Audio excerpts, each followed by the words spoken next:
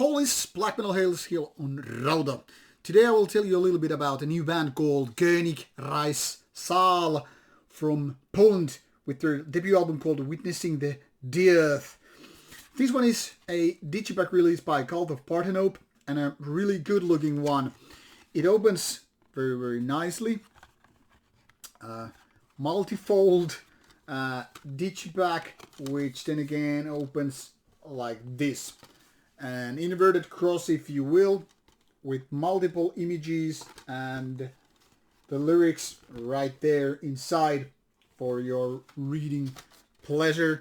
Some of the lyrics are actually hidden right underneath the CD and the CD tray, so it really makes a nice looking digipack overall. Now the curious thing is, there was no previous information, for me anyway, whatsoever about the band, like when it was founded, by who are these guys and all that stuff.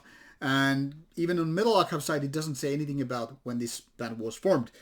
Only thing I know is, and even this I don't know for a fact, is that this is the first and so far I guess only release by the band, which came out in December 2020.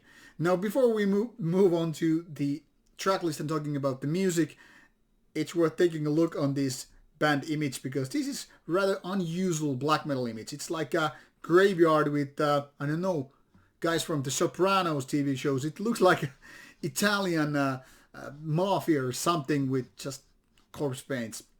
I don't know, very interesting image anyway. And the lineup here is three guys. Papa Artur, which I think is the main man in the middle, or main man, but the oldest guy in the business. And then we have these two other guys doing drums, vocals, and guitars. Now, we have 7 tracks here which are then 41 minutes. And the style has been described by Metal Archives as black doom metal. While this is not, in my opinion, very accurate one, I think it kind of pushes you towards the right direction. The thing here is, more often than not, this band is mostly doing its music with a rather slow pace, and hence the doom metal genre is kind of understandable. But in my opinion, when we're talking about riffs especially, the compositions, conducting the whole experience here, and also adding the rather slow or mid-tempo pace here, I would rather say this is kind of a combination with black metal and post-metal.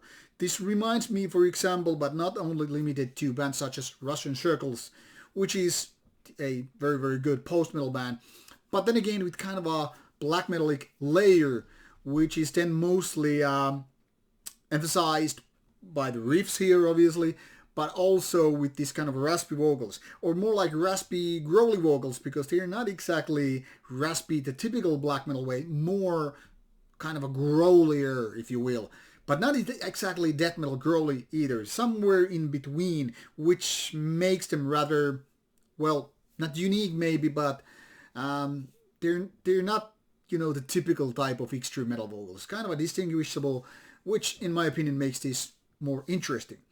Now, also what makes this album rather weird and interesting is how these riffs are done, or how they're presented, because there are lots of parts which are kind of like low points on the album.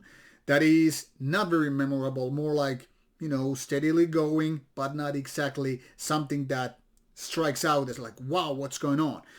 But this album also has some very good riffs here and there, which are then again like, hey, what's going on? Like for this example, this track number 7 has some of the very cool riffs, especially the one main riff in the song, which is like, yeah, if only the whole album was about that.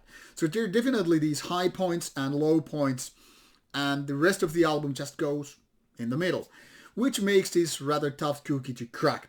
While I really like this album at some points a lot, there are too many parts where I just like, okay, it's pretty okay, but nothing mind-blowing. And as a result, I would say this is a decent album, definitely worth taking a listen to, because it's not your typical extreme metal album, and also because of these high points. And even these low points, I mean, they are not bad or mediocre, they're just not that interesting. The production is quite solid, and in my opinion the vocals are good, so this is definitely quite a lot on the plus side. just a little bit different than what you're usually listening to. More kind of a modern approach to black metal with its kind of a post-metal flirt.